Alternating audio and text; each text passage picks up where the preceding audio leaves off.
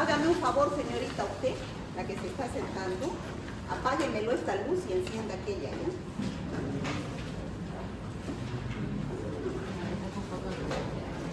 Eso, gracias.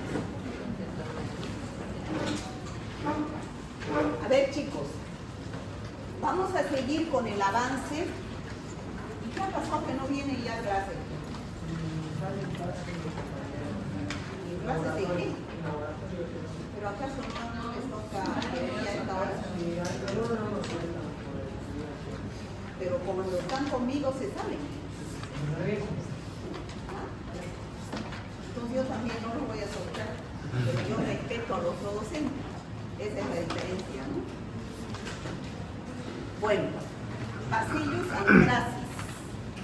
Estamos dentro de los bacilos gram positivos. Seguimos con esta tablita. Ya hemos avanzado todos los focos gram positivos. Hemos avanzado el género Corynebacterium, el género Listeria.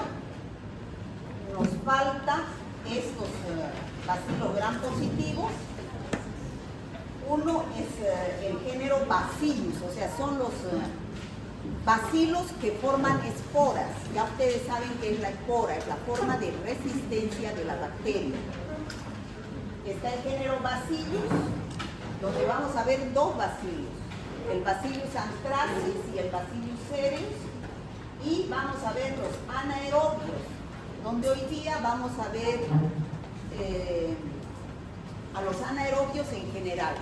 Y la próxima clase vamos a ver al género Clostridium, o sea, hasta aquí vamos a dar el examen. Hasta aquí, hasta lo que avancemos la próxima clase. La próxima clase nos falta Clostridium, ¿ya? Y el segundo parcial es de todo eso.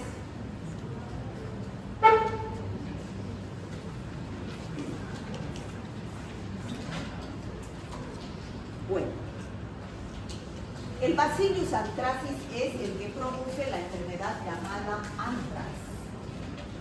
O sea, estamos avanzando el género Bacillus.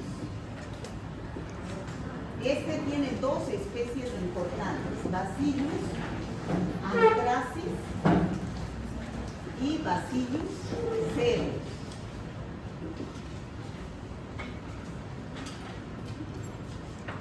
Y vamos a avanzar a los anaerobios.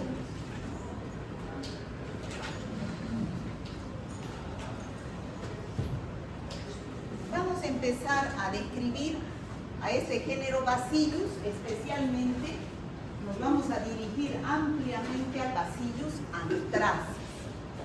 Produce una enfermedad, no sé si conocen, el carbunco o anthrax. ¿Han escuchado hablar? ¿No han escuchado hablar? Ustedes vivían en el año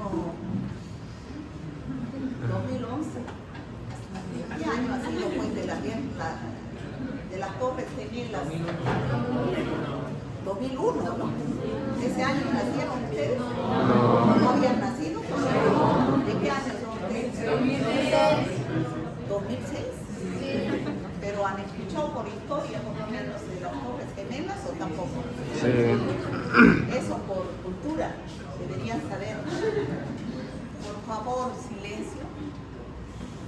En ese año hubo una epidemia de anthrax, pero no en forma natural, no sé si han escuchado hablar. O sea, no en forma natural, sino porque se mandaba. Justamente esa época decían que había sido un acto terrorista, ¿no es cierto? No saben nada. Yo no les he venido a contar aquí historias, sino que coincide con una enfermedad que vamos a avanzar hoy. Juntamente decían que los, ¿qué se llaman? ¿Quiénes habían hecho esto? ¿Qué se llaman? Musulmanes, pero ¿qué se llaman? Los talibanes. Talibanes es una secta de los musulmanes, habían hecho todos estos actos terroristas en Estados Unidos y enviaban, en esa época enviaban unos sobres con esporas de Bacillus anthracis y mucha gente murió al inhalar ese polvo al abrir el sobre. Entonces entraron en pánico diciendo que era una guerra también biológica, ¿no? Porque es guerra con microorganismos, es una guerra biológica, ¿no es cierto? ¿Sí o no? No solamente es guerra con armas, sino también hay guerras biológicas, donde se mandan microorganismos que producen epidemias graves y de alto índice de mortalidad por la contagiosidad que tienen. ¿De qué? Del COVID. Por el verano de los chinos y todo eso. ¿Qué pienso? Igual que una guerra. Ah, no. No, ni idea, no me haga pensar eso, no sé. Puede hacerlo ventiladores, pero no los de aquí, por favor, que mi garganta me duele. No está funcionando el aire, ¿no? Yo no sé si lo del COVID ha sido guerra biológica, creo que nadie se ha atrevido a decir nada, ¿no? ¿O sí? ¿Han dicho que era guerra biológica? ¿Pero quién? Los chinos. ¿Contra quién? ¿Contra todo el mundo? Para eliminar pero eso no es de los chinos, ¿no? Sino decían que puede haber sido las multinacionales, ¿no? El grupo Soros, esos que querían eliminar a los viejos que no producían. No sé. Bueno, el Bacillus anthracis produce una enfermedad llamada carbunco o anthrax. Ese es el cuadro clínico que produce carbunco o anthrax. Esa es la enfermedad. Por favor, en los exámenes, cuando yo pregunte el nombre de la bacteria o agente etiológico, tiene un nombre y un apellido, género y especie. Cuando pregunte el cuadro clínico, se refiere a la enfermedad que produce. ¿Se entiende? Ya. Es diferente, ¿no es cierto? A ver, ¿qué enfermedad produce el Bacillus anthracis? Anthrax. ¿Cuál es la enfermedad producida por las esporas de Bacillus anthracis? Anthrax. ¿Cuál es el bacilo gram positivo que produce una epidemia que puede utilizarse como guerra biológica? ¿Cuál es el bacilo gram positivo? ¿Qué me van a decir? Bacillus anthracis, ¿no es cierto? Bueno, produce la enfermedad llamada carbunco o anthrax. ¿Qué son los Bacillus anthracis? Son bacilos gram positivos, como vemos ahí en la figura, de extremos, o sea, así como cortados a escuadras. Así, rectos, los extremos como cortados. Y cuando se agrupan, semejan cañas de bambú, dicen los gringos. ¿Ya? Esa es la morfología del Bacillus anthracis. Es una antropozoonosis. ¿Qué quiere decir? Que la enfermedad nos viene de los animales. Solamente de los animales. ¿Qué animales? Ganado vacuno, caprino, vacas, cabras, ovejas. Por eso es una antropozoonosis, sobre todo de los herbívoros, y que puede llegar al hombre mediante 3 vías. 3 vías puede llegar los esporos del Bacillus anthracis, los esporos. La forma infectante es el esporo, o sea, le da la enfermedad al animal. El animal se enferma de anthrax y se muere de anthrax. Y la gente no lo entierra al animal, lo deja muerto ahí al animal en los campos. Y esa forma vegetativa de Bacillus anthracis se convierte en los campos en esporos. ¿Se entiende? Esos esporos vienen y el hombre del campo agarra estos animales infectados o el pasto infectado, y por una herida puede ingresar el esporo, o sea, puede ingresar por vía cutánea. También puede inhalar por vía respiratoria, y también se puede comer estos animales infectados y puede ingresar por vía oral, aérea y cutánea. Son 3 vías por las cuales puede ingresar los esporos del Bacillus anthracis. Por eso se dice que es una antropozoonosis, de los animales al hombre. Ahí tenemos a los animales muertos de anthrax, mueren de sepsis. Ya se desangran, ¿no? Y aquí tenemos al Bacillus anthracis, que puede llegar al hombre y producir la enfermedad del anthrax. Por eso yo les dije, las vías de transmisión son la respiratoria, cutánea y la digestiva. Estos animales se enferman, o sea, tienen la forma vegetativa del Bacillus anthracis. Pero cuando se muere, esa forma vegetativa se transforma en esporos. Y esos esporos se inhalan, se comen o ingresan por una vía cutánea. 3 vías. De 3 formas les he dicho lo mismo. Bueno, ¿y qué es lo que sucede en los animales? Los animales de anthrax no son un simple reservorio. Los animales les da el carbunco animal o anthrax animal, que pueden ser todos los animales mamíferos, o sea, los que se alimentan de pasto, ¿no? Al alimentarse de pasto ingresa por vía oral, ellos comen pasto con esporas, la bacteria, y son los carneros, las cabras, las vacas que ingieren los esporos, les da hemorragias y se mueren de sepsis, infección generalizada. Y de ahí, por las 3 vías que dijimos, llegan al hombre y producen la sepsis en el hombre, ¿no? Hay una forma, como les decía, bueno, eso es en forma natural, lo que les estoy diciendo aquí. Este hombre del campo manipula, puede ingresar por una herida, la vía cutánea, o puede ingresar al comer, vía oral, o al respirar aire contaminado en la vía respiratoria. Eso es en forma natural. ¿Qué quiere decir eso? ¿Qué quiere decir en forma natural? ¿Nadie sabe?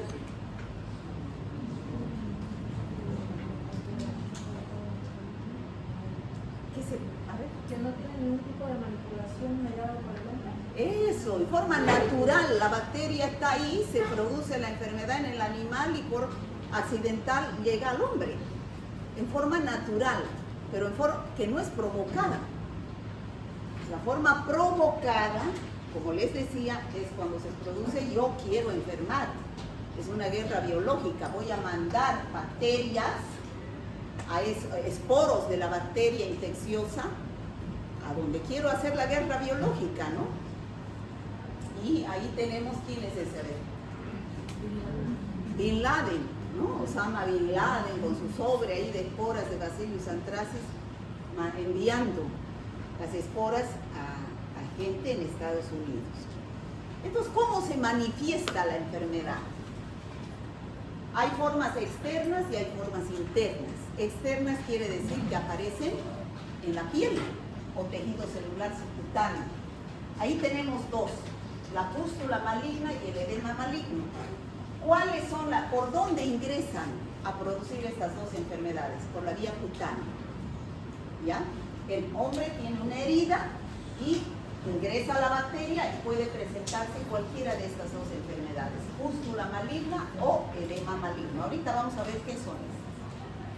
Y las formas internas son al respirar el carbunco pulmonar y al comer alimentos contaminados, carbunco intestinal, carbunco faríngeo. Todas estas de acá terminan en un carbunco nervioso que ataca los nervios y en sepsis. ¿Ya? Todas las demás terminan en una sepsis, hemorragia, sepsis, y el paciente se muere en una semana. Es una enfermedad mortal. Vamos a empezar a describir primero las formas cutáneas. Y ustedes se van a ir a leer a su casa sobre los Bacillus anthracis. Si se han utilizado o no se han utilizado como guerra biológica. Ya, lean, es cultura general, chicos. Bueno, las formas externas, hemos dicho que son 2, el edema maligno y la pústula maligna. Ingresan por una herida contaminada, o sea, esa herida puede ser que esté contaminada con los esporos del Bacillus anthracis. La forma infectante no es la bacteria, son los esporos. ¿Dónde están los esporos? En la tierra, en el suelo. son la forma de resistencia de la bacteria, que resiste altas temperaturas, ¿no es cierto? Resiste altas temperaturas, desecaciones, resiste. Y después cuando ingresa a través de una herida, nuevamente alcanza condiciones favorables de vida y se convierte en forma vegetativa. Entonces ahí empieza a producir las enfermedades. Primero vamos a ver la pústula maligna. ¿Dónde se forma la pústula? ¿Qué es la pústula? Un granito con pus en el lugar donde está la herida y por donde ingresa la bacteria. Puede ser lo que está descubierto, cara, cabeza, miembros superiores, miembros inferiores, donde haya una herida, ¿ya? Después de un periodo de incubación corto, de 2 a 3 días, aparece, como vemos, una pápula eritematosa. ¿Qué es pápula? Esto ustedes van a ver en infecciones de piel y tejidos blandos, nos toca más adelante. Esto, cuando la piel agarra un cambio de color, aparece una manchita, pero no hay protuberancia, sino es así planito, se llama mácula. Cuando agarra así una protuberancia, se llama pápula. Cuando se llena de líquido, se llama vesícula, líquido transparente. Vesícula. Y cuando esto se llena de pus, ¿qué se llama? Pústula. ¿Ya? ¿Está claro?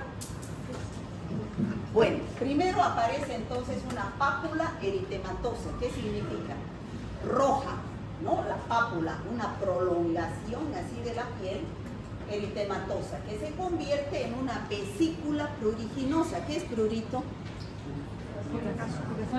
Picazón, en una vesícula, un granito con líquido, pero pica. Entonces el paciente se rasca, erosiona. ¿Qué quiere decir? Que sale una herida y se seca y se convierte en una escara negra. Entonces, como vemos ahí, en una escara negra. Eso es rápido. Al tercer día de haber entrado la bacteria, esa escara se seca, se deprime y se convierte en negra, como vemos ahí. ¿Y qué puede suceder? Entonces, si es benigna, una evolución benigna, cuando se aplica tratamiento, o sea, el paciente, el hombre del campo generalmente, conoce que cuando tenga esa escara negra debe ir urgente al médico y dar antibiótico.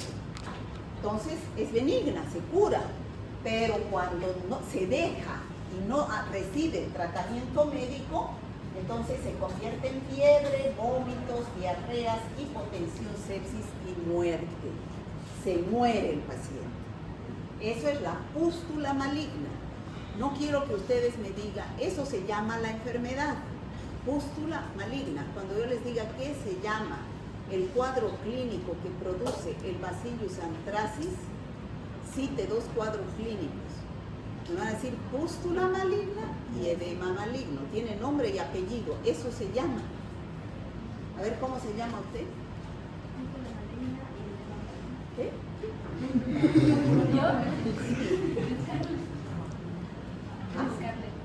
¿Ve? Eso está mal, que me diga Scarlett. Es como si me dijera solo pústula. ¿Qué se llama usted? ¿Scarlett qué? Giselle Durán Frías. Scarlett Frías. Scarlett Frías, ese es su nombre. Aquí nomás somos llenos de nombres y apellidos, ¿no? Tenemos 2 nombres, 2 apellidos. En otra ciudad, en otros países, solo el primer nombre y un apellido, no hay más. ¿No? No hay más. Bueno, entonces, esa es la pústula maligna. Fíjense cómo es una escara negra que después evoluciona de ser una infección generalizada a nivel de piel, aparece y evoluciona a una sepsis. ¿Ya? Esa es la pústula maligna. Puede aparecer en cualquier lugar donde hay una herida y por la cual hayan ingresado la forma infectante, que son las esporas. ¿No les he pasado, ¿no?, la hoja de asistencia?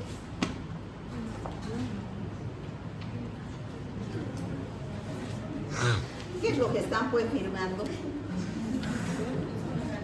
¿Qué es lo que están firmando? A ver, muéstreme. ¿Quién les ha dado eso? A ver, présteme. Esto es del auxiliar, o sea que el auxiliar no les dio tampoco hoja de asistencia. Ya, firme, por favor, esta es la mía. ¿Qué haremos con el grupo C1? No, eso no es mío. Déjenlo nomás aquí. ¿Cómo? No sé. Cuando yo tenga tiempo, yo tenía que tomarles de 3:15 a 3:30. El auxiliar viene que no hay. Entonces, que no hay don Alfredito y no sé qué. Yo a las 3:30 tenía reunión de acreditación. Entonces, yo no puedo, yo tengo mi tiempo marcado. ¿Ya? Bueno, la segunda enfermedad se llama edema maligno. El edema maligno se presenta en personas con bajas defensas, en inmunodeprimidos, ¿ya? Su localización, como vemos acá, es palpebral. ¿Qué significa? En el párpado. ¿Ya? Se localiza en el párpado. Donde aparece, fíjense, el párpado, un edema hinchado, pruriginoso. El paciente se rasca y también aparece la escara negra. Pero eso se puede extender a la cara, al cuello, a la lengua, al tórax. Y esta es de pronóstico más grave que el edema maligno. Mucho más grave que el edema maligno. El paciente se muere rapidito. ¿Ya? Esas son las dos formas externas, la pústula maligna y el edema maligno. Estas son las formas internas. No puede encender los ventiladores y yo ya me voy a desmayar aquí. Nadie se para ahí.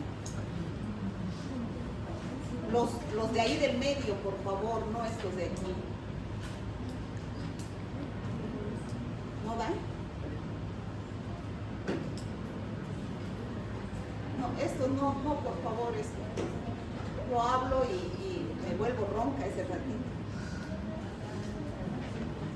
Bueno, ¿cuáles son las formas internas? Las formas internas son las que ingresan no por la vía cutánea, sino por la vía aérea y la vía oral. ¿Ya?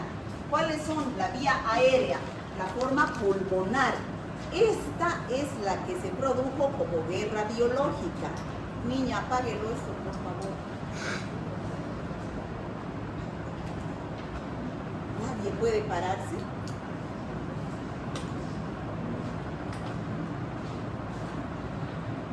Ya.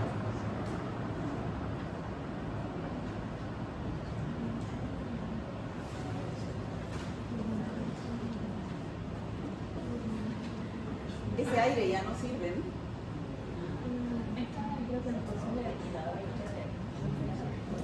¿No les hace calor?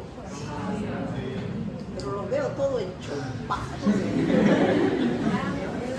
Como chulo, poniendo.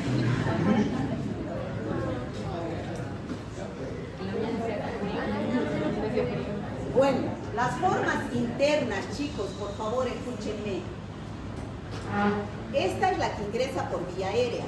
Esta es la que se puede transmitir mediante las esporas y puede ser la forma de guerra biológica. ¿Ya? Ingresa por vía aérea. Pero también en forma natural pueden ingresar por vía aérea, ¿no? ¿Qué es lo que produce neumonía? La neumonía. Ya saben ustedes lo que es neumonía. Pero es grave esta neumonía, tiene 75% de mortalidad. Por eso es que se utiliza como guerra biológica, ¿ya? Esa bacteria. Intestinal es cuando uno come alimentos de animales mamíferos contaminados o enfermos con esta bacteria.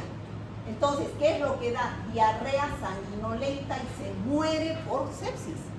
Da un colapso cardiovascular, o sea, todas las formas se convierten en sepsis.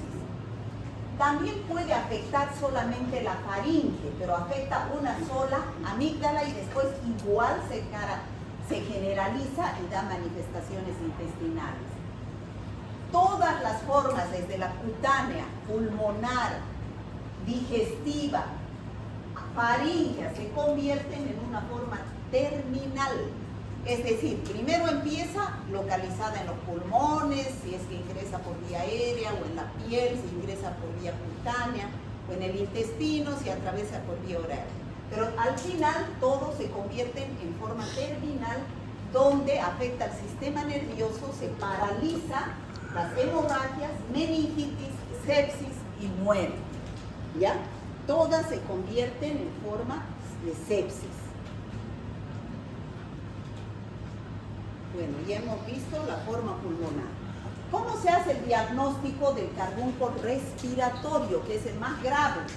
Los hallazgos físicos no son específicos, o sea, dan hallazgos de una neumonía. Pero neumonía puede presentar cualquier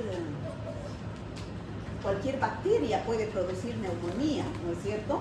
Entonces, a la radiografía de tórax se puede apreciar un ensanchamiento del mediastino, pero sin infiltraciones intersticiales. Cuando se hace una tinción de Gram del esputo de ese paciente, se observan los bacilos Gram positivos, así como cortados en escuadra, ¿no? Asimilando cañas de bambú. Entonces, si en ese momento se tiene una epidemia de anthrax, entonces se va a pensar que es Bacillus anthracis, ¿ya? O sea que la epidemiología, ya hemos dicho que el diagnóstico de una infección se hace en base a 3 pilares fundamentales: la clínica, la epidemiología y el laboratorio o rayos X o la ecografía. Y empieza más aquí la epidemiología para dar un diagnóstico, ¿no? Si estamos en epidemia de anthrax, rapidito se llega a diagnóstico de anthrax. Bueno, el tratamiento debe iniciarse antes del comienzo de los síntomas severos. De lo contrario, a pesar de que se instaure el tratamiento, el paciente fallece. O sea, en una semana han visto que puede fallecer el paciente si no se instaura un tratamiento adecuado. Entonces hay que estar, los primeros casos seguro van a morir. ¿Por qué? Porque no se detecta a tiempo. Pero una vez que se detectan los primeros casos, entonces ya todos los casos por nexo epidemiológico parecido, se dice que puede ser anthrax, ¿no? El antibiótico de elección al ser Gram positivo es la penicilina, en altas dosis por vía endovenosa, ¿no? En pacientes alérgicos a la penicilina se dan otros antibióticos como los macrólidos, eritromicina, roxitromicina, citromicina, ciprofloxacina, que es una quinolona, o doxiciclina. Bueno, la terapia de soporte vital, o sea, impedir que el paciente se muera, mantenerle las funciones vitales, es muy importante. ¿Cómo podemos hacer la profilaxis? Hay una vacuna, pero que se aplica a los animales, ¿no? Pero hay que hacer medidas sanitarias, vacunar al ganado, educación agropecuaria. O sea, que la gente que trabaja en el campo tiene que saber que existe esta enfermedad, para que acuda, apenas le aparezca una cara negra, acuda al médico para que instaure su tratamiento antibiótico. Pero también hay que tener cuidado con los que trabajan con pieles, ¿no? Las pieles muchas veces de los animales se las utiliza para hacer la curtiembre, para hacer chamarras, para hacer cosas de cuero, ¿no? Entonces, generalmente es de los animales muertos. Entonces pueden haber muerto de anthrax y esas pieles están con esporos. Entonces debe desinfectar las pieles y lanas en las industrias.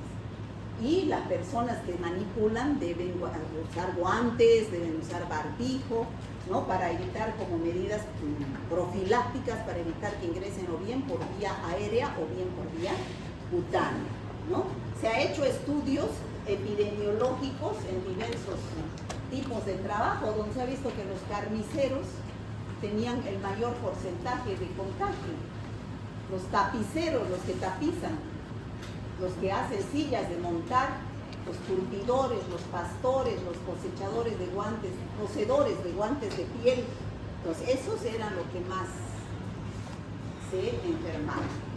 Bueno, y el estudio bacteriológico, de acuerdo a la forma clínica en la cual se presenta el anthrax.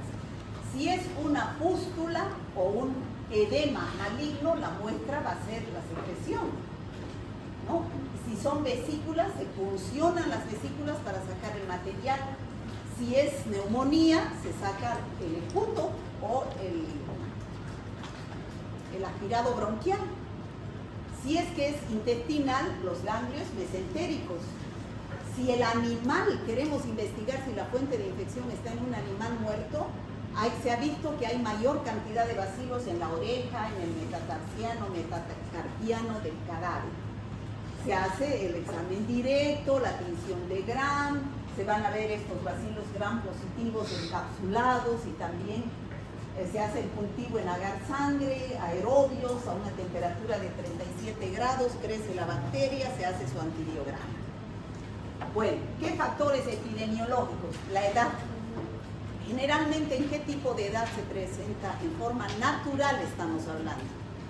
En forma provocada puede presentarse a cualquier edad, ¿no es cierto? ¿Sí o no? Niños, adultos, viejos, de todo, ¿no? Entonces, 30, 40 años, ¿por qué? Porque esa es la edad productiva de la vida. Generalmente la gente del campo entre 30, 20, 30, 40 años está trabajando. El sexo, el hombre, porque el hombre es el que realiza estas actividades, ¿no? Con los animales.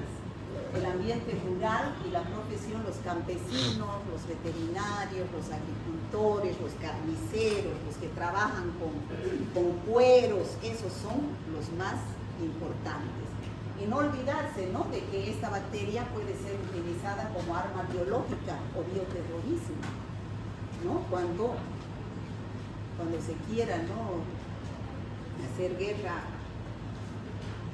biológica, ¿no? Ahora, eso es el Bacillus anthracis. ¿Lo conocían? ¿Habían escuchado hablar? ¿Nunca? ¿Nunca han escuchado hablar del Bacillus anthracis, chicos? Bueno, ese es el Bacillus anthracis. Ahora, de esa misma línea, pero mucho más, es el Bacillus cereus. Produce otro tipo de infecciones. Produce una infección gastrointestinal, pero no es su esporo, sino es su toxina. Doctora, disculpe, no me quedó claro, ¿qué es un carbunco? Carbunco es la enfermedad anthrax o carbunco. Ah, lo mismo. Claro. Pero también hemos hablado de carbunco y anthrax en el estafilococcus, ¿se acuerdan? El estafilococcus produce varios abscesos que tienen varias bocas que se abren al exterior. Entonces a eso se llama carbunco estafilocócico o anthrax estafilocócico. Pero el verdadero anthrax o carbunco es el que hemos visto ahora. ¿Ya? Ese es el producido por el Bacillus anthracis. Bueno, también existe el Bacillus cereus. El Bacillus cereus es el que produce una toxina en alimentos contaminados y produce intoxicaciones alimentarias. Tenemos un síndrome enético, donde su periodo de incubación es corto y solamente da vómitos. Y tenemos un síndrome diarreico, su periodo de incubación es más largo y entonces ahí afecta al intestino, da diarreas. ¿Ya? Esa es debido no al esporo, sino a la toxina que produce el Bacillus cereus, la bacteria. Bueno, eso sería en el caso de anthrax. A ver, ¿cuál es la especie del género Bacillus patógena para el hombre? ¿Cuáles son? Bacillus anthracis y Bacillus cereus, ¿no? ¿Qué morfología presenta esta bacteria? Bacilos gram positivos. ¿A qué se debe la acción patógena de esta bacteria? ¿Cuál es el factor de virulencia? En el Bacillus anthracis, en el anthrax. ¿Cuál es la forma de virulencia de la bacteria? El esporo, ¿no? El esporo es la forma de resistencia de la bacteria y la forma de virulencia de la bacteria, ¿no? Y en el caso del Bacillus cereus, ¿cuál es su forma de virulencia? Toxina, su toxina, no los alimentos, la toxina que está presente en los alimentos contaminados. Bueno, ¿cuál es la fuente de infección? La fuente de infección son las esporas y la vía de transmisión de los cuadros clínicos que producen. ¿Cuáles son las vías de transmisión? Aérea, cutánea y cutánea. ¿Cómo es? Oral, aérea y cutánea. ¿Qué formas clínicas conoce? ¿Cuáles son las formas externas? Pústula maligna y edema maligno, ¿no? ¿Cuál es la más grave? Pústula maligna. El edema maligno. ¿Dónde se localiza? En el párpado, localización palpebral. ¿Cuál es la importancia epidemiológica de esta bacteria? ¿Por qué epidemiológicamente es importante el Bacillus anthracis?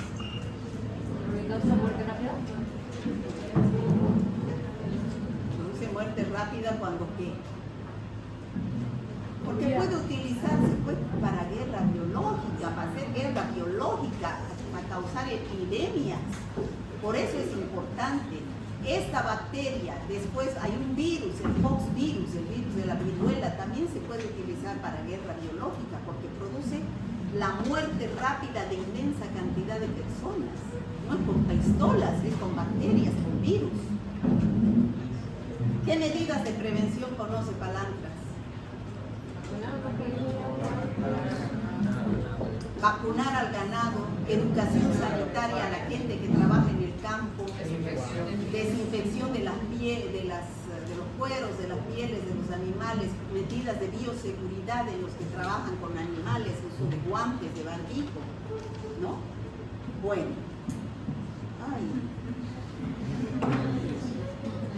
vamos entonces.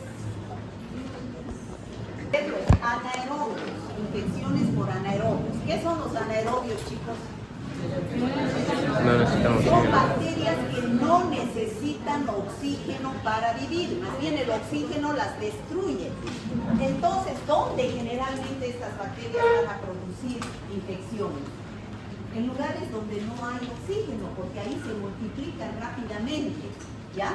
Entonces, hoy día vamos a ver en forma general las bacterias anaerobias. Dentro de los anaerobios está los Clostridium. Clostridium tetani, que produce el tétanos, Clostridium botulinum, que produce el botulismo, Clostridium perfringens, que produce la gangrena. Pero eso lo vamos a avanzar la próxima clase. Hoy día vamos a avanzar los otros anaerobios. Entonces, ¿cuáles son los objetivos? Describir a las bacterias anaerobias, clasificarlas, describir por qué producen infecciones, qué cuadros clínicos producen, identificar el tratamiento que se da a estas infecciones. Entonces, ¿cuál es la definición de las bacterias anaerobias? Ya hemos dicho, ¿no? No viven en presencia de oxígeno, ¿no?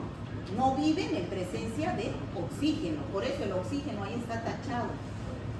Cuando ustedes tengan sospecha de alguna de estas enfermedades, ustedes son los que deben tomar la muestra por punción de ese lugar, ¿ya? Por punción y con mucho cuidado de que no tenga contacto con el oxígeno, enviar al laboratorio. Porque basta que tenga la muestra un pequeño contacto con el oxígeno, se muere. Y entonces ya no se puede cultivar y ya no se puede informar ni hacer un diagnóstico, ¿ya? El hábitat de las bacterias anaerobias está limitado a zonas del cuerpo del hombre y de los animales donde la tensión de oxígeno es baja. Forman parte de nuestra microbiota. ¿Saben dónde se encuentran en gran cantidad? En el intestino. Son la mayor parte del intestino. Crecimiento de bacterias en los medios de cultivo. Por ejemplo, aquí están los anaerobios obligados. En un medio de cultivo líquido, caldo, crecen solamente en el fondo. No crecen porque aquí entra el oxígeno. En cambio, los aerobios crecen en presencia del oxígeno. Y los anaerobios facultativos pueden crecer en presencia o ausencia de oxígeno. Eso lo sabemos, ¿no es cierto? Porque ya hemos avanzado eso. ¿Dónde se encuentran como microbiota estas bacterias anaerobias? Puede encontrarse en la piel. Ahí tenemos el Propionibacterium acnes, los peptoestreptococos, que son cocos gram positivos anaerobios en la piel. En la boca tenemos bacilos gram negativos, como las porfiromonas, la premotela, el Fusobacterium nucleatum, y dentro de los cocos gram positivos el Actinomyces. 100 de 1 son anaerobios, ¿ya? En el colon se encuentran la mayor parte de los anaerobios, son bacilos gram negativos. ¿Cuáles? Bacteroides frágiles se llaman. El bacilo gram negativo anaerobio más abundante en el colon, bacteroides frágiles. También se encuentra el Clostridium, que vamos a avanzar la próxima clase. Y hemos dicho que los Clostridium son parte de la flora normal del intestino del hombre y de los animales, y al defecar se eliminan Clostridium a la tierra, ¿no? Fusobacterium, Bifidobacterium acnes, 1000 a 1, o sea, por cada 1000 bacterias son como es 1000 a 1 anaerobios sobre aerobios, 1000 anaerobios por cada un aerobio. Esa es la proporción que hay entre anaerobios y aerobios en el intestino. Es el lugar, el colon, que más cantidad de anaerobios tiene. Ahí tenemos las cantidades. Fíjense en la mucosa donde hay mayor cantidad de anaerobios. En la surco gingival, en las encías. En las encías, en el colon, es donde más, en relación 1000 a 1, en el surco gingival y en el colon. O sea, en la boca, por debajo de la encía, y en el colon. Son los lugares donde mayor cantidad de anaerobios tenemos. Ahora, ¿a qué se debe que estas bacterias van a producir las enfermedades que vamos a decir? A la gran mayoría de infecciones anaerobias son de origen endógeno. ¿Qué quiere decir? Que nuestra propia flora, nuestra propia microbiota anaerobia sale de ese lugar para producir infecciones, sobre todo a nivel del gastrointestinal, orofaringea o geniturinaria. ¿Por qué? Porque las heces son anaerobios que contaminan muchas cosas, ¿no? Ahora, ¿cómo es la patogénesis? ¿Cómo se producen estas enfermedades por anaerobios? Son infecciones oportunistas. Esperan que las defensas de los huéspedes bajen, se produzca la inmunodepresión para ellos salir de los lugares donde está microbiota para producir la infección. Son polimicrobianas las infecciones, es decir, no solamente la infección es producida por una bacteria, sino son por una bacteria aerobia y una anaerobia. La aerobia, ¿qué hace? Se lo consume el oxígeno del lugar para que la anaerobia prolifere sin oxígeno, ¿ya? Se disminuye el potencial de óxido reducción, el potencial redox, y así el oxígeno baja y crece la bacteria anaerobia, ¿no? Se coloniza el lugar por bacterias anaerobias y se produce el daño del tejido. Ya eso no. A ver, ¿cuáles son los mecanismos patogénicos? Estas bacterias ya hemos dicho que producen infecciones por anaerobios, generalmente en inmunodeprimidos, cuando evaden la respuesta inmunitaria del huésped. Tienen factores como ser pilis, fimbrias, que se adhieren a la superficie de las células a las cuales están infectando. Y ahí algunos empiezan a producir toxinas, como el Clostridium botulinum, Clostridium tetani, Clostridium perfringens. Vamos a ver la próxima clase qué enfermedades tan graves producen gracias a sus toxinas, y otros producen enzimas. O si no, como les decía, actúan el sinergismo. ¿Qué significa eso, sinergismo? Se ayudan un aerobio con un anaerobio. ¿Cómo? El aerobio consume todo el oxígeno del lugar, lo deja sin oxígeno, y el anaerobio aprovecha la oportunidad, produciendo infecciones polimicrobianas, como vemos acá, ¿no? En este lugar es un absceso gingival de la encía. Entonces ahí se hace una punción, se cultiva y que pueden crecer bacterias aerobias y anaerobias. Por eso se dice que producen infecciones polimicrobianas. ¿Dónde pueden producir infecciones? En todas partes del cuerpo, en la cabeza y el cuello pueden producir sinusitis. A ver, aquí, los senos frontales, los senos paranasales, ¿tienen comunicación con oxígeno? ¿Tienen? ¿Qué dicen?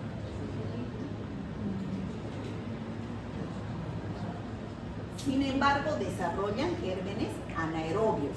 En el sistema nervioso central, ahí acude el Clostridium tetani para producir el tétanos, ¿no? También es un anaerobio, el Clostridium botulinum para producir el botulismo y los abscesos cerebrales. En el pulmón pueden ingresar los anaerobios y producir neumonías. En el abdomen, chicos, en el abdomen un paciente entra por una cirugía de apéndice, pero sin embargo ya está con peritonitis, se tardaron mucho. Entonces ya proliferó la bacteria y como la mayoría de las bacterias intestinales son anaerobios, hizo peritonitis. ¿Y qué se produjo? Una sepsis y el paciente puede morir. En el aparato genital femenino, abscesos de piel y tejidos blandos. O sea, todos esos lugares producen infecciones por anaerobios. ¿Qué características tienen estas infecciones? Que los exudados son malolientes, tienen mal olor. Por ejemplo, un paciente que aparece con gangrena. ¿Saben lo que es gangrena, no? ¿Han visto alguna vez gangrena? ¿Saben lo que es gangrena? Joven usted, a ver, el de gris allá. ¿Sabe usted qué es gangrena? ¿No sabe? ¿Ni idea? Ahí, al de gris. Usted, el que está de usted de atrás, sí. ¿Sabe lo que es gangrena? La gangrena, infección de transmisión sexual. ¿Qué es? Gangrena es necrosis del tejido. Se gangrena mi pie y me cortan el pie y me cortan el dedo y me cortan todo. Gangrena es necrosis de los tejidos. Entonces, esos tejidos necrosados generalmente son producidos por anaerobios. ¿Por qué? Porque no hay oxígeno en ese lugar. Al haber tejido necrosado, muerto, no va la sangre, y la sangre es la que lleva oxígeno. Entonces prolifera el anaerobio, entonces se ven exudados malolientes. El tejido es necrótico, esto es necrosis, esto es gangrena. Y es próximo a las superficies mucosas, ¿ya? Generalmente las infecciones con mordeduras de animales o heridas sucias, porque la boca de los animales tienen anaerobios. Y al morder van a abrir una herida y van a contaminar con saliva con heridas. Entonces ahí puede proliferar un anaerobio. Entonces, ¿cuáles son los factores que predisponen a infecciones por anaerobios? Un trauma. ¿Saben lo que es trauma? Un golpe que produzca una herida, eso es trauma. ¿Ya? Un trauma de piel o de membranas mucosas. Siempre que haya una puerta de entrada pueden ingresar los microorganismos. Hay una irrigación sanguínea deficiente, o sea que no hay suficiente oxígeno que esté llegando a los tejidos. Y al no haber oxígeno facilita la multiplicación de los anaerobios, lo cual lleva a la necrosis de los tejidos porque hay una disminución del potencial de óxido-reducción. A ver, aquí está la clasificación, esa tablita es importante. La clasificación de los anaerobios. Los gram positivos, cocos, son los peptoestreptococos y los peptococos. Esos son nombres nuevos para ustedes. Peptoestreptococos y peptococos. Hasta ahorita ustedes solo han conocido los cocos gram positivos aerobios, que eran los estreptococos. Streptococcus pyogenes, agalactia, neumococo, esos son aerobios. Estos son anaerobios, chicos, peptoestreptococos y peptococos. Ahora, también hay bacilos gram positivos aerobios. Los que no producen esporas, o los que producen esporas, está el Clostridium, que vamos a avanzar la próxima clase. Los que no producen esporas son los que se encuentran en el intestino: Actinomyces, Bifidobacterium, Eubacterium, Lactobacillus, ¿no? Propionibacterium acnes, que se encuentra en la piel. Ahora, dentro de los gram negativos, los cocos, tenemos la Veillonella. Y dentro de los bacilos gram negativos, todos estos se encuentran en el colon, ¿no? Está el bacteroides, sobre todo el bacteroides fragilis, Fusobacterium, Porphyromonas, Prevotella, son bacilos gram negativos. Hoy día más vamos a ver los bacilos gram negativos, porque esos son muy frecuentes porque se encuentran en el colon. La próxima clase vamos a ver los Clostridium, que son bacilos gram positivos. Fíjense, de todas las muestras clínicas, ¿cuál es el género que produce mayor cantidad de infecciones por anaerobios? El bacteroides, ¿no? El género bacteroides. En segundo lugar, los cocos gram positivos, que son los peptococos y peptostreptococos. Fíjense, de bacteroides existen 14 especies, pero el más importante es el Bacteroides fragilis, ¿ya? Bacteroides fragilis. Son microbiota en la boca, en el intestino, en el aparato genital femenino. Son parte de la microbiota, sobre todo en el colon, ¿ya? ¿Qué producen? Fíjense, infecciones como por ejemplo abscesos. Hay abscesos que son producidos por Staphylococcus aureus, otros por Streptococcus pyogenes, pero también Bacteroides fragilis produce abscesos, ¿ya? Es el patógeno más frecuente en infecciones humanas. ¿Dónde se encuentra como microbiota? En el colon. El intestino del hombre, ya hemos dicho que tiene 1000 anaerobios por cada aerobio, ¿ya? Producen abscesos cerebrales. ¿Por qué los abscesos cerebrales? Porque ahí no hay contacto con oxígeno. Abscesos pulmonares igualmente. Las infecciones intraabdominales, la peritonitis, casi todas son producidas por anaerobios. ¿Han escuchado hablar de peritonitis? Apéndice. Si el apéndice se saca a tiempo, es una cirugía limpia, no hay contaminación. Si lo deja mucho tiempo, se vuelve peritonitis, y hay pus, y hay bacterias, y hay infección. Y si lo deja más tiempo, se vuelve sepsis, ¿no? Y se muere de sepsis el paciente. Lo mismo sucede con la vesícula, ¿ya? Ya. ¿A qué se debe? ¿Cuáles son los factores de virulencia de los anaerobios? Ya dijimos las fimbrias o pilis, después las enzimas, toxinas que producen, tienen cápsula.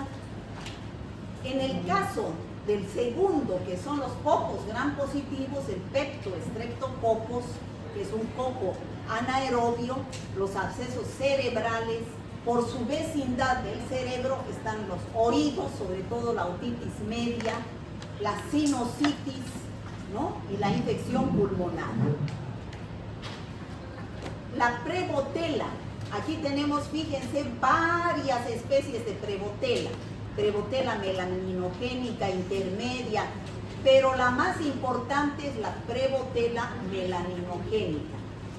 ¿Qué infecciones producen las prevotelas? Otitis media crónica, sinusitis, infecciones periodontales, o sea, infecciones de las encías.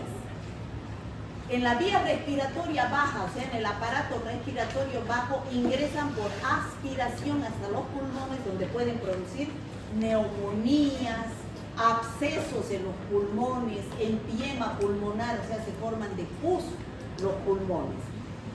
Y después se vuelve generalizada la infección, se vuelve una sepsis, ¿no? Bacteremias de la infección en el tracto urinario, en las meninges, en los abscesos cerebrales, en los huesos, pasa la sangre y se vuelve sepsis.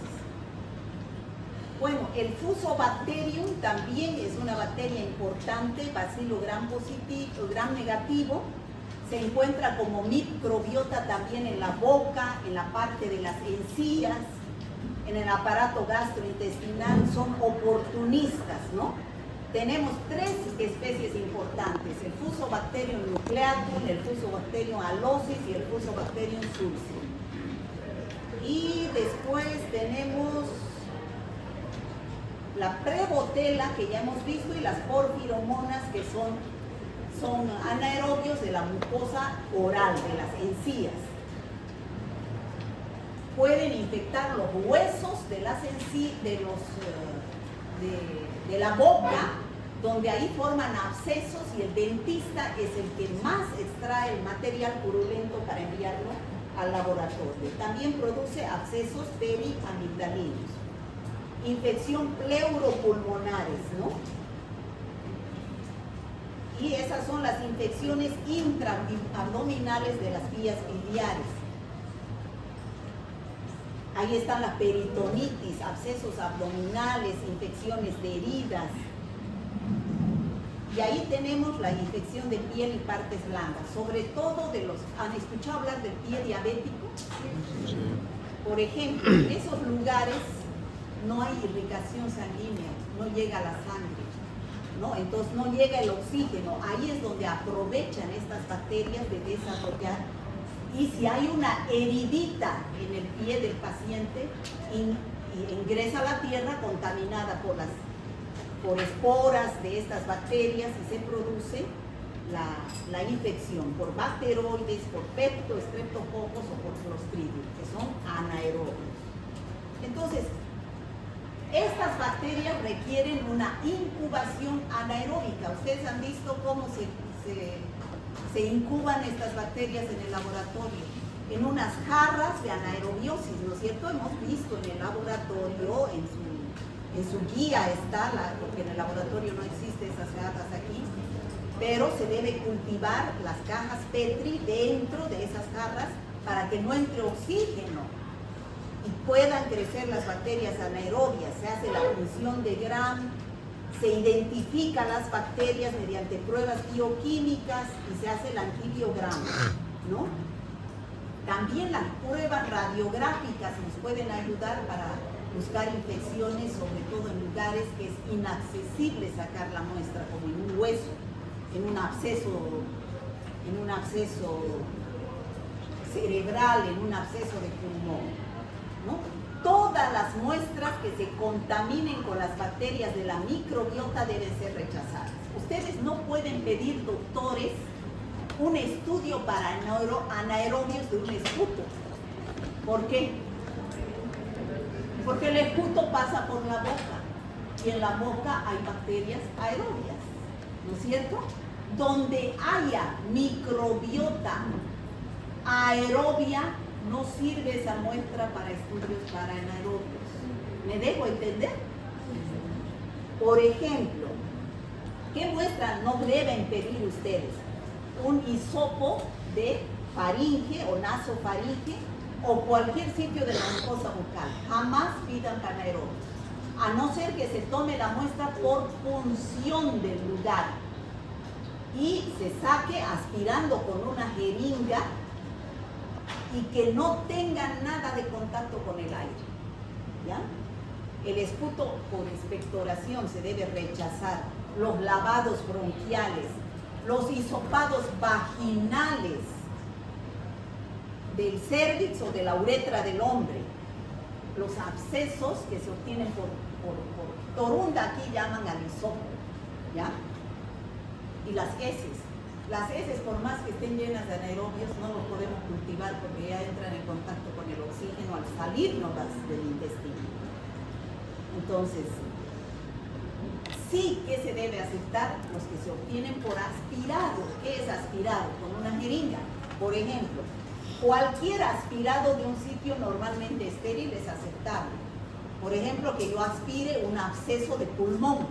Yo lo veo por ecografía dónde está el absceso, meto la aguja y aspiro. Esa muestra sirve para estudiar anaerobios, pero se debe desinfectar adecuadamente el sitio por donde voy a realizar la punción de la aguja para no contaminar con flora aerobia, ¿no?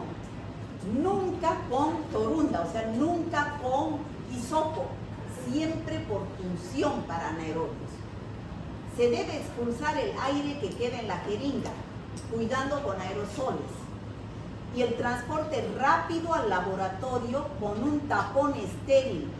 O sea, rápidamente, una vez que aspiro con la jeringa, debo tapar esa aguja con algo para que no entre oxígeno, para que no entre aire. Y llevar inmediatamente al laboratorio o pedir medios de transporte para anaerobios, para que las bacterias anaerobias que yo pienso que hay ahí, por ejemplo, si tengo un paciente con gangrena gaseosa y sospecho que hay un Clostridium, entonces yo tengo que tomar la muestra y pedir medio de transporte para anaerobios al laboratorio y no y decir ahí que busco anaerobios, para que el laboratorio también tenga cuidado al cultivar y no entre en contacto con el oxígeno, ¿no? Los abscesos con aguja y jeringa, nunca con hisopo. Si son profundos, deben ser aspirados con catéter o en una cirugía. Si son en la boca, se aísla la zona con algodón y se limpia con un hisopo y alcohol y luego se aspira con una aguja. O sea, en resumen, toda muestra donde se obtenga anaerobios tiene que ser por aspiración, con jeringa, por punción, no con una columna, ¿ya? Ahora, en el caso de úlceras superficiales, que sea una herida superficial, como por ejemplo en este caso, ¿qué es lo que hay que hacer? Con una gasa estéril se debe limpiar primero la herida, ¿no? Con solución fisiológica, para eliminar toda la flora aerobia que pudiera haber ahí, y después tengo que sacar el tejido muerto y un tejido que no esté en contacto con oxígeno, sacar y hacer una biopsia, ¿ya? Con jeringa. Y el transporte de la muestra siempre a temperatura ambiente y nunca en la jeringa, ya que se puede perder el material, llevarlo en medio de transporte es lo ideal al laboratorio, para que no entre en contacto.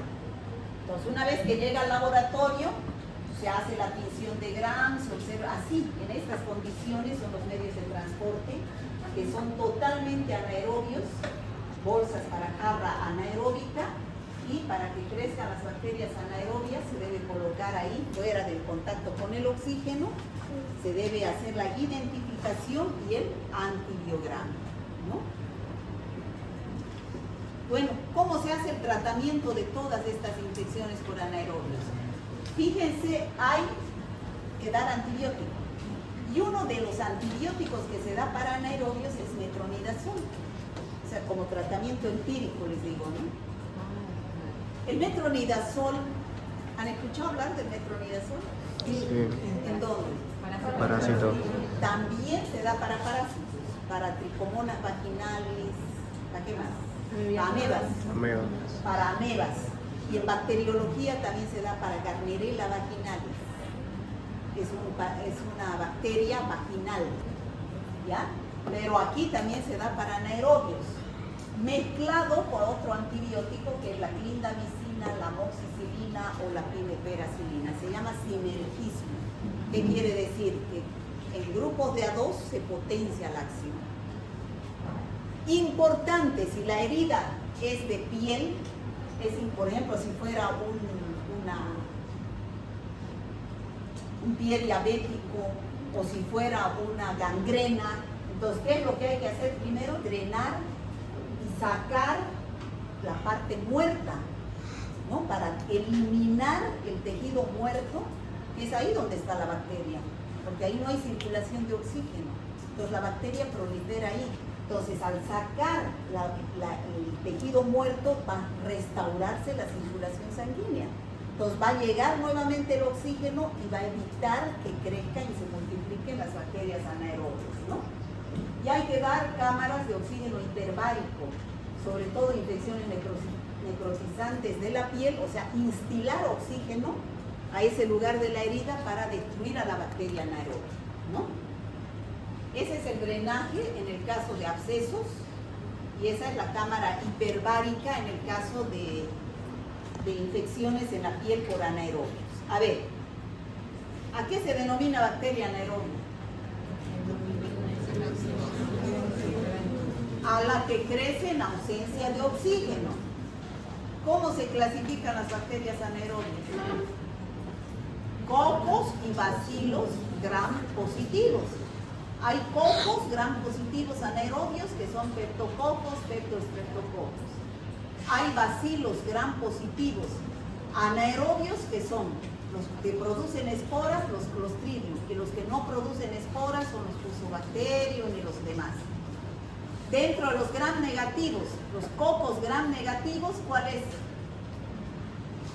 Uy, ya se han olvidado la plebotela. Y los bacilos gram negativos, ¿cuál es el más importante anaerobio? Bacteroides frágiles, ¿no? Ahí también está el fusobacterium y todo lo demás. Bueno,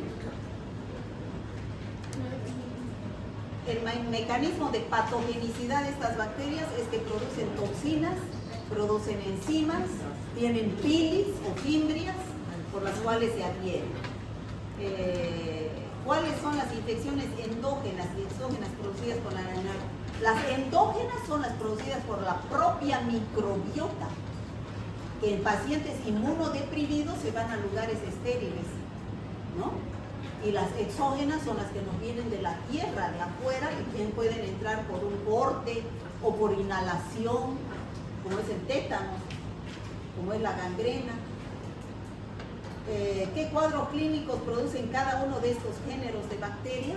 Ya hemos visto, cada uno produce infecciones diferentes, pero generalmente producen infecciones en lugares en lugares estériles, ¿no? Y en lugares donde hay bajo potencial de oxígeno. El tratamiento de estas infecciones, ¿qué antibióticos? Metronidazol, clindamicina. Amoxicilina. ¿Qué más? Amoxicilina. Cloxacilina, piperacilina. Y eso sería todo, chicos.